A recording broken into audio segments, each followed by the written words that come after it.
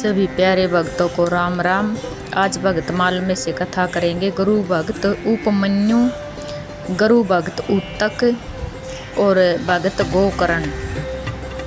गुरु भक्त उपमन्यु महर्षि अयोध्या धूम के दूसरे शिष्य का नाम उपमन्यु था। गुरु ने उसे गोए चराने का कार्य दे रखा था। वह दिन भर जंगलों में गोए चराता, रात्रि में गुरु ग्रह को लौट आता। एक दिन गुरु ने उसे खूब हष्ट पुष्ट देखकर पूछा, बेटा उपमन्यु, हम तुझे खाने को तो देते नहीं, तू इतना हष्ट पुष्ट कैसे है? उपमन्यु ने कहा, भगवान, मैं भिक्षा मांगकर अपने शरीर का निर्वाह करता हूँ। गुरु ने कहा, बेटा, बिना गुरु के अर्पण किए भिक्षा को पा लेना पाप है। अतः जो भी भिक्षा मिले उसे पहले मुझे अर्पण किया करो, मैं दूँ तब तुझे खाना चाहिए। बहुत अच्छा कहकर शिष्य ने गुरु की आज्ञा मान ली। वह प्रतिदिन भिक्षा लाकर गुरु के अर्पण करने लगा। गुरु तो उसकी परीक्षा ले रहे थे, उसे कसौटी पर कस रहे थे, अग्नि में तपाकर कुंदन बना रहे थे। उपमन्यु जो भिक्षा लाता वे उसे पूरी की पूरी रख लेते, उसको खाने के लिए कुछ भी न देते। कुछ दिन बाद गुरु ने देखा उपमन्यु तो पहले की ही बात ही हष्ट पुष्ट है। तब उन्होंने कहा, बेटा उपमन्यु, तुम आजकल क्या खाते हो? उपमन्यु ने कहा, भगवान, पहली भिक्षा मांगकर मैं आपके अर्पण कर देता हूँ, फिर दोबारा जाकर भिक्षा मांग लाता हूँ, उसी पर अपना निर्वाह करता हूँ। गुरु ने कहा, यह भिक्षा धर्म के विरुद्ध है, इसे गृहस्थों पर भी बोझा पड़ेगा और दूसरे भिक्षा मांगने वाले को भी संकोच होगा। अतः आज से दोबारा भिक्षा मत मांगना। शिष्य ने गुरु की आज्ञा शिरोधार्य की और दूसरी बार भिक्षा मांगना छोड़ दिया। कुछ दिनों बाद गुरु ने फिर उपमन्यु को ज्यों का त्यों देखकर पूछा, उपमन्यु, अब तुम क्या खाते हो? उपमन्यु ने कहा, मैंने दोबारा भिक्षा लाना छोड़ दिया है, मैं अब केवल गौ का दूध पीकर रहता हूँ। गुरु ने कहा, यह तुम बड़ा अनर्थ कर रहे हो, मेरे बिना पूछे गौ का दूध कभी नहीं पीना चाहिए। आज से गौ का दूध मत पीना। शिष्य ने गुरु की यह बात मान ली और उसने गौ का दूध भी छोड़ दिया। थोड़े दिन बाद गुरु ने फिर उपमन्यु को हष्ट पुष्ट देखा और पूछा, बेटा, तुम दोबारा भिक्षा भी नहीं लाते, गौ का दूध भी नहीं पीते, फिर तुम्हारा शरीर ज्यों का त्यों बना हुआ, तुम क्या खाते हो? उसने कहा, भगवान, मैं बछड़े के मुख में से गिरने वाले फैन को पीकर उनकी वृत्ति चलाता हूँ, अपनी वृत्ति चलाता हूँ। गुरु ने कहा, देखो, ये तुम ठीक नहीं करते। बछड़े ने दयावश तुम्हारे लिए अधिक फैन गिरा देते होंगे, इससे वे भूखे रह जाते होंगे। तुम बछड़ों का फैन भी मत पिया करो। उपमन्यु ने इसे भी स्वीकार कर लिया और उस दिन से वे फैन पीना भी छोड़ दिया। अब वह उपवास करने लगा। प्रतिदिन उपवास करता, दिन भर गौ के पीछे घूमता। भूखे रहते रहते उसकी सब इंद्रियां शिथिल पड़ गई। भूख के वेग से बहुत से आग के पत्तों को खा गया। उन कड़वे विषैले पत्तों को खाने से उसकी आंखें फूट गई। फिर भी उसे गौ के पीछे तो जाना ही था।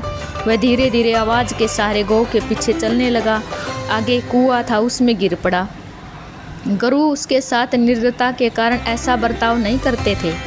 वे तो उसे पक्का बनाना चाहते थे। कछुआ रहता तो जल में है, किंतु अपने अंडे को सेता रहता है, इसी से अंडे वृद्धि को प्राप्त होते हैं। इसी प्रकार ऊपर से तो गुरुजी ऐसा बर्ताव करते थे, भीतर से सदा उन्होंने उपमन्यु की चिंता लगी रहती थी। रात्रि में जब उपमन्यु नहीं आया तब उन्होंने अपने दूसरे शिष्यों से पूछा, उपमन्यु अभी लौट कर नहीं आया? गौएं तो लौट कर आ गई। मालूम होता है बहुत कष्ट सहते सहते वह दुखी होकर भूख के कारण कहीं भाग गया। चलो उसे जंगल में चलकर ढूंढे। यह कहकर गुरु जंगल में उपमन्यु को खोजने लगे। सर्वत्र वे जोर से आवाज देते, बेटा उपमन्यु, तुम कहाँ हो? जल्दी आओ। कुएं में पड़े उपमन्यु ने गुरु की आवाज़ सुन ली और उसने वहीं से जोर से कहा, गुरुजी, मैं यहाँ कुएं में पड़ा हूँ। गुरुजी वहाँ पहुँचे और सब हाल सुनकर वे हृदय से बड़े प्रसन्न हुए। उन्होंने कहा, बेटा, ऋग्वेद की ऋचाओं से तुम देवताओं के वैद्य अश्विन कुमार की स्तुति करो, वे तुम्हें आँख दे देंगे। उसने वैसा ही किया। सवर के साथ वैदिक ऋचाओं से उसने अश्विन कुमार की प्रार्थना की। उसे प्रसन्न होकर अश्विन कुमारों ने उसकी आंखें अच्छी कर दी और उसे कुआं देकर कहा कि इसे तुम खा लो। उसने कहा, देवताओं, मैं अपने गुरु को बिना अर्पण किए इस कुएं को कभी नहीं खा सकता। अश्विन कुमारों ने कहा, पहले तुम्हारे गुरु ने जब हमारी स्तुति की थी तब हमने उन्हें भी पुआ दिया था और उन्होंने बिना गुरु के अर्पण किए ही उसे खा लिया था। उपमन्यु ने कहा, जाए चाहे जो हो, वे मेरे गुरु हैं, मैं ऐसा नहीं कर सकता। तब अश्विन कुमारों ने उसे सब विद्याओं के स्फूर्तित होने का आशीर्वाद दिया। बाहर आने पर गुरु ने भी उन्हें छाती से लगाया और देवताओं के आशीर्वाद का अनुमोदन किया। कालांतर में उपमन्यु भी आचार्य हुए। वे गुरुकुल के कष्ट को जानते थे, अतः अपने किसी शिष्य से कोई काम नहीं लेते थे, सबको प्रेम पूर्वक पढ़ाते थे। गुरु भक्त उत्तक। अयोध्याधाम के तीसरे शिष्य वेद थे। वेद ऋषि जब विद्या अध्ययन समाप्त कर चुके थे तब वे घर गए और वहाँ वे गृहस्थ धर्म का पालन करते हुए रहने लगे। उनके भी 3 शिष्य हुए। वेद मुनि को राजा जन्मेजय और राजा पोष ने अपना राजगुरु बनाया। वेद मुनि के प्यारे शिष्य उत्तक थे। जब भी कहीं बाहर जाते तब उत्तक के ही ऊपर घर का सब भार सौंप जाते। एक बार वेद मुनि किसी काम से बाहर जाने लगे तब उन्होंने अपने प्रिय शिष्य उत्तक से कहा, बेटा मेरे घर में जिस चीज़ की जरूरत हो उसका प्रबंध करना, मेरी अनुपस्थिति में तुम्हें सब कामों को करना। उत्तक ने गुरु की आज्ञा शिरोधार्य की। गुरु चले गए। स्नेहमयी पवित्र हृदय शिष्यों के कल्याण की इच्छा करने वाली गुरु पत्नी ने परीक्षा के निमित्त अपनी सहेली से कहलाया, मैं ऋतु स्नान करके निवृत्त हुई हूँ, तुम्हारे गुरु यहाँ है नहीं। वे तुमसे अपनी अनुपस्थिति में सब कार्य करने को कह गई हैं। तुम ऐसा काम करो कि मेरा ऋतुकाल व्यर्थ न जाए। उत्तक ने जब यह बात सुनी तब उसने बड़ी नम्रता से कहा, गुरुजी मुझसे अनुचित कार्य करने को नहीं कह गई हैं, ऐसा कार्य मैं कभी नहीं करूँगा। कालांतर में जब गुरु लौटे तब अपने शिष्य के इस सदाचार में बर्ताव को सुनकर वे बड़े प्रसन्न हुए और वे उसे सर्वशास्त्रविद होने का आशीर्वाद दिया। उत्तक का अध्ययन समाप्त हो गया। वे घर जाने लगे। विद्या ध्यान की समाप्ति पर गुरु दक्षिणा अवश्य देनी चाहिए। वे गुरुजी से बार बार कहने लगे, मैं आपको क्या दक्षिणा दूं? मैं आपका कौन सा प्रिय कार्य करूं? गुरु ने बहुत समझाया कि तुमने मेरी मन से सेवा की है, यही सबसे बड़ी गुरु दक्षिणा है। किंतु उत्तक ने नहीं माना। वे बार बार गुरु दक्षिणा के लिए आग्रह करने लगे। तब गुरु ने कहा, अच्छा भीतर जाकर गुरु पत्नी से पूछाओ, उसे जो प्रिय हो वही तुम कर दो, यही तुम्हारी गुरु दक्षिणा है। इसे सुनकर वह भीतर गए और गुरु पत्नी से प्रार्थना की। तब गुरु पत्नी ने कहा, राजा पोष्य की पत्नी रानी जो कुंडल पहने हुए है, उन्होंने मुझे आज से चौथे दिन पुण्यक नामक व्रत के अवसर पर अवश्य ला दो। उस दिन मैं उन कुंडलों को पहनकर ब्राह्मणों को भोजन कराना चाहती हूँ। यह सुनकर वह ऋषि गुरु और गुरु पत्नी को प्रणाम करके पोष्य राजा की राजधानी को चल दिए। रास्ते में उन्होंने धर्मरूपी बैल पर चढ़े हुए इंद्र मिले। इंद्र ने कहा, उत्तक तुम इस बैल का गोबर खा लो, भय मत करो, तुम्हारे गुरु ने भी सिखाया है। उनकी आज्ञा पाकर बैल का पवित्र गोबर और मूत्र उन्होंने ग्रहण किया। जल्दी से साधारण आचमन करने वे पोष्य राजा के यहाँ पहुँचे। पोष्य ने ऋषि के आगमन का कारण पूछा। तब उत्तक ने कहा, गुरु दक्षिणा में गुरु पत्नी को देने के लिए मैं अपनी रानी के कुंडलों की याचना करने आया हूँ। राजा ने कहा, आप स्नातक ब्रह्मचारी हैं, स्वयं ही जाकर रानी से कुंडल मांग लाइए। यह सुनकर उत्तक राजमहल में गए। वहाँ उन्होंने रानी नहीं दिखी।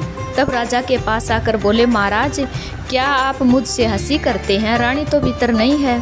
तब राजा ने कहा, ब्राह्मण रानी भीतर ही है, जरूर आपका मुख उच्छिष्ट सती स्त्रियां उच्छिष्ट मुख पुरुष को दिखाई नहीं देती। उत्तक को अपनी गलती मालूम हुई। उन्होंने हाथ पैर धोकर प्राणायाम करके 3 बार आचमन किया।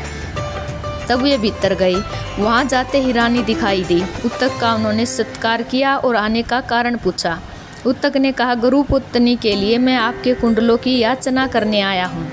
उसे स्नातक ब्रह्मचारी और सतपात्र ही समझकर रानी ने अपने कुंडल उतार कर दे दिए और यह भी कह दिया कि बड़ी सावधानी से इन्हें ले जाना। सर्पों का राजा तक्षक इन कुंडलों की तलाश में सदा घुमा करता है। उत्तक मुनि रानी को आशीर्वाद देकर कुंडलों को लेकर चल दिए। रास्ते में एक नदी पर वे नित्य कर्म कर रहे थे कि इतने में ही तक्षक मनुष्य का वेश बनाकर कुंडलों को लेकर भागा। उत्तक ने भी उसका पीछा किया, किंतु वह तो अपना असली रूप धारण कर पाताल में चला गया। इंद्र की सहायता से उत्तक पाताल में गए और वहाँ इंद्र को अपनी स्तुति से प्रसन्न करके नागों को जीत कर तक्षक ने उस कुंडलों को ले आए। इंद्र की ही सहायता से वे अपनी निश्चित समय से पहले गुरु पत्नी के पास पहुँच गई। गुरु पत्नी उसे देखकर बहुत प्रसन्न हुई और बोली, यदि तुम थोड़ी देर और न आए तो मैं तुम्हें श्राप देने वाली थी और अब आशीर्वाद देती हूँ, तुम्हें सब सिद्धियाँ प्राप्त हो। गुरु पत्नी को कुंडल देकर उत्तक गुरु के पास गए और सब समाचार सुनकर गुरु ने कहा, इंद्र मेरे मित्र हैं, वह गोबर अमृत था, इसी के कारण तुम पाताल में जा सके। मैं तुम्हारे साहस से बहुत प्रसन्न हूँ, अब तुम प्रसन्नता से घर जाओ। इस प्रकार गुरु और गुरु पत्नी का आशीर्वाद पाकर उत्तक अपने घर आ गई।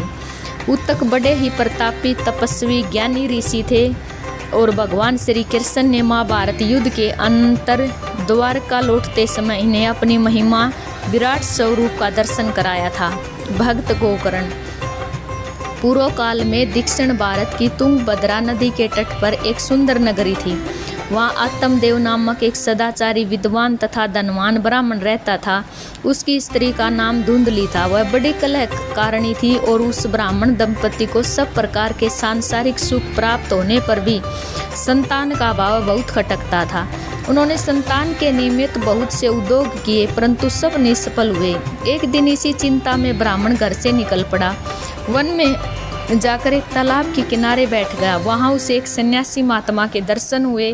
ब्राह्मण ने उनसे अपने दुख का वृत्तांत कहा। महात्मा को ब्राह्मण पर बड़ी दया आई।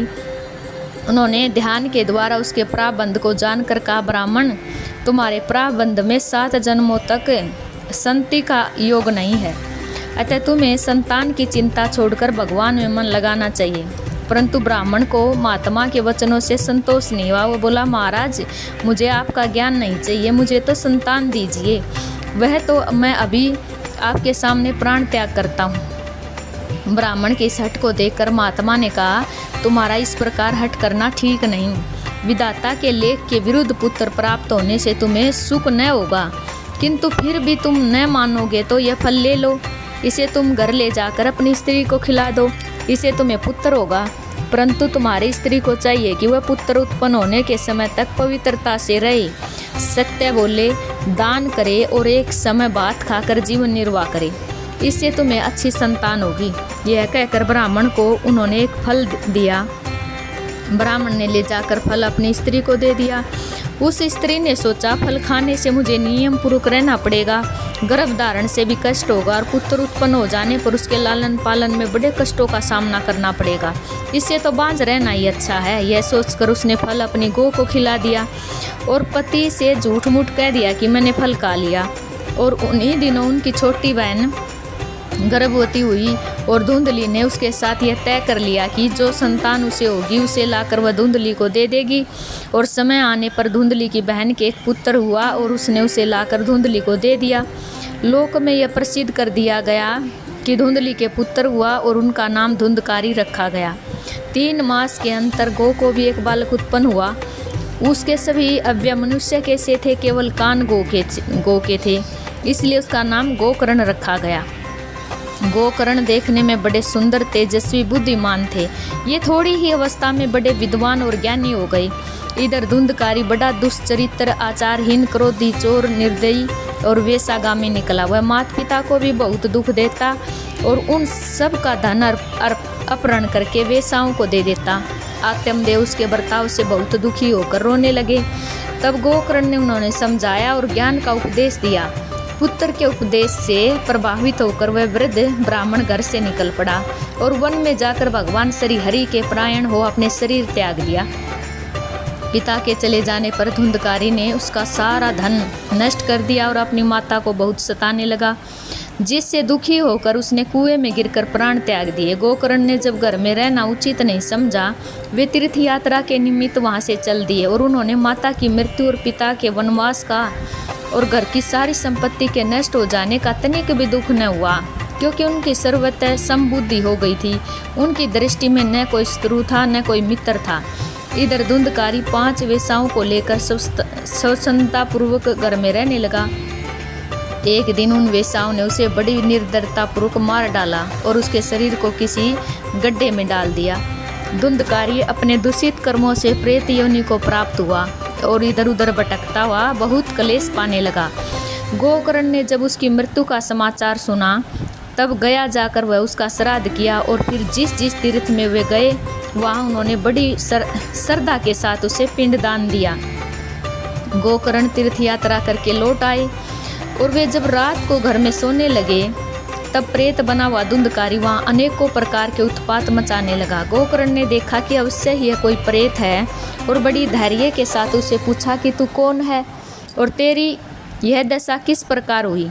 यह सुनकर धुंधकारी बड़े जोर से रोने लगा, किंतु चेष्टा करने पर भी कुछ बोल न सका।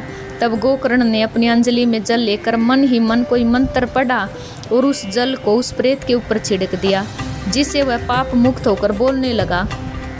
उसने बड़े दीन शब्दों में अपना सारा वृत्तांत कह सुनाया और उस भीषण यातना से छूटने का उपाय पूछा। गोकर्ण ने सोचा कि जब इसकी गया श्राद्ध से भी मुक्ति नहीं हुई तब इसके लिए कोई असाधारण उपाय सोचना पड़ेगा। साधारण उपाय से काम नहीं चलेगा। उन्होंने प्रेत से कहा, अच्छा इस समय तुम जाओ, तुम्हारे लिए अवश्य कोई उपाय सोचेंगे, भय न करो। दूसरे दिन गोकर्ण ने कई विद्वान योगी और ब्राह्मणवादियों से इस विषय में परामर्श किया। उन सब की राय यह हुई कि भगवान सूर्य नारायण से इस विषय में पूछा जाए और वे जो उपाय बतावे वही किया जाए। गोकर्ण ने उसी समय सबके सामने मंत्र बल से भगवान सूर्य देव की गति को रोककर उनकी स्तुति की और उनसे इस संबंध में प्रसन्न किया। श्री सूर्य देव ने स्पष्ट शब्दों में ये कहा कि इसकी श्रीमद् भागवत से मुक्ति हो सकती है, उसका 7 दिन में पाठ करो। यह सुनकर गोकर्ण श्रीमद् भागवत के पारायण में प्रवृत्त हुए।